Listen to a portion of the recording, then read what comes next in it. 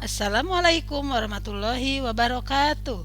Halo anak-anak, kita berjumpa lagi dalam pembelajaran tema 5 Wirausaha, subtema 2 Usaha di sekitarku, pembelajaran 4. Anak-anak, kalian akan merancang kemasan berbentuk prisma segitiga. Sebelum kalian merancang kemasan, alangkah baiknya kalian membaca penjelasan tentang kemasan produk berikut ini. Ya, kemasan produk. Selama berabad-abad, fungsi sebuah kemasan hanya sebatas untuk melindungi barang atau mempermudah barang untuk dibawa. Seiring dengan perkembangan zaman, barulah menjadi penambahan nilai-nilai fungsional. Peranan kemasan dalam pemasaran mulai diakui sebagai satu kekuatan utama dalam persaingan pasar. Menjelang abad pertengahan, bahan-bahan kemasan tersebut terbuat dari kulit, dari kain, kayu, batu, keramik, dan kaca. Pada zaman itu, kemasan masih terkesan seadanya dan lebih berfungsi untuk melindungi barang terhadap pengaruh cuaca atau proses alam lainnya. Selain itu, kemasan juga berfungsi sebagai wadah agar barang mudah dibawa selama perjalanan. Fungsi peranan baru pada tahun Nah, baru pada tahun 1980 ya. Nah, baru pada tahun 1980-an, persaingan dalam dunia usaha semakin tajam. Kalangan produsen saling berlomba untuk merebut perhatian calon konsumen. Bentuk dan model kemasan dirasakan sangat penting peranannya dalam strategi pemasaran. Di sini, kemasan harus mampu menarik perhatian, menggambarkan keistimewaan produk, dan membujuk konsumen. Pada saat inilah kemasan mengambil alih tugas penjualan. Fungsi peranan kemasan. Apa fungsinya? Secara umum adalah 1. Melindungi dan mengawetkan produk ya. Nah, ini 1. Melindungi dan mengawetkan produk. Contohnya melindungi dari sinar ultraviolet, dari panas, dari kelembaban udara, oksigen, benturan, serta kontaminasi dari kotoran atau mikroba yang dapat merusak dan menurunkan mutu produk. Yang kedua, apa nih fungsi kemasan? Fungsi peranan kemasan tuh sebagai identitas produk. Dalam hal ini kemasan dapat digunakan sebagai alat komunikasi dan pengirim informasi kepada konsumen melalui label yang terdapat pada bagian luar kemasan ya. Oke, yang ketiga apa Yang ketiga, meningkatkan efisiensi. Antara lain memudahkan perhitungan, ya, memudahkan pengiriman dan memudahkan penyimpanan.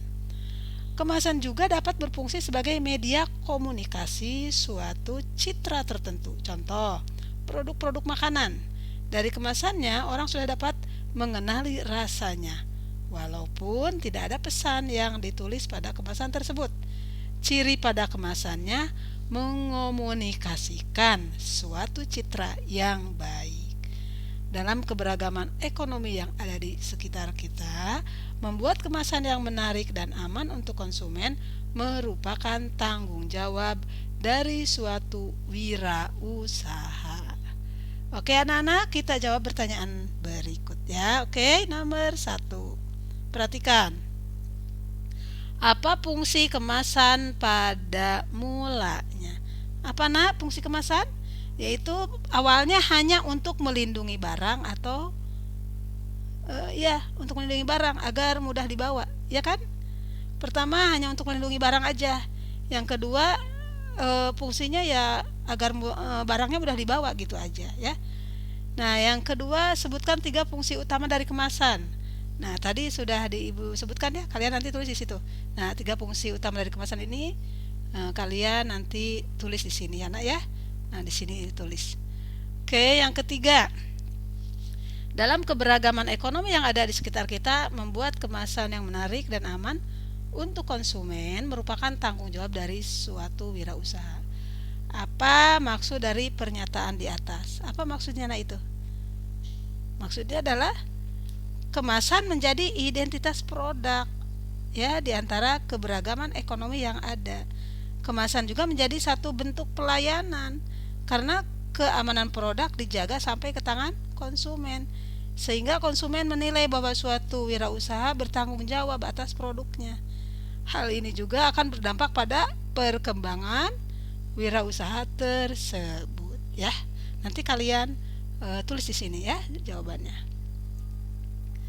Nah, anak-anak amati kemasan berbentuk prisma segitiga. Nih, ini gambar permen ya, kotak permen coklat. Nah, kalian setelah memperhatikan gambar tersebut, kalian bisa tuliskan sebanyak mungkin hal-hal yang kamu ingin ketahui ya dari kemasan tersebut dalam bentuk pertanyaan, ya kan? Oke, lanjut. Kemudian perhatikan yang bawahnya. Sekarang kamu akan berlatih merancang kemasan. Ini contoh pembentukan jaring-jaring prisma segitiga seperti ini. Bisa ya nak ya? Oke, coba perhatikan. Nah ini, perhatikan ini. Sebelum kamu membuat kemasan, perhatikan informasi penting. Ya, kamu pertama sediakan dulu karton berukuran 50 x 50 cm. Yang kedua, tentukan sendiri ukuran yang akan dibuat. Yang jelas tidak melebihi ukuran kertas karton yang tadi ya. Yang ketiga, dapat menggunakan koran bekas atau kertas kalender yang bekas ya. Ada kan kertas kalender bekas. Nah, sebelumnya membuat menggunakan karton ya. Jadi sebelum menggunakan karton coba dulu nih pakai kalender bekas ya. Cara ini biasa dilakukan oleh pembuat kemasan untuk menguji coba ya. Menguji coba dulu dan memastikan apakah rancangannya dapat terangkai dengan baik ya, menjadi kemasan yang rapi. Nah, setelah yakin, gambar jaring-jaring prisma segitiga pada karton yang kamu punya tadi yang berukuran ini 50 x 50 ya. Tambahkan 1 cm. Nah, nanti tambahkan 1 cm di samping-samping ini nih. Ini tambahin 1 cm 1 cm nih ya. Pada bagian yang perlu direkatkan.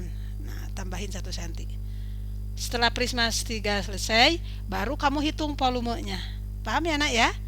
Oke, kamu coba buat prisma segitiga dengan langkah-langkah yang ini. Ya. Nah, anak-anak, perhatikan selanjutnya. Kamu telah membuat daftar riwayat hidup, ya kan? Pada pertemuan sebelumnya.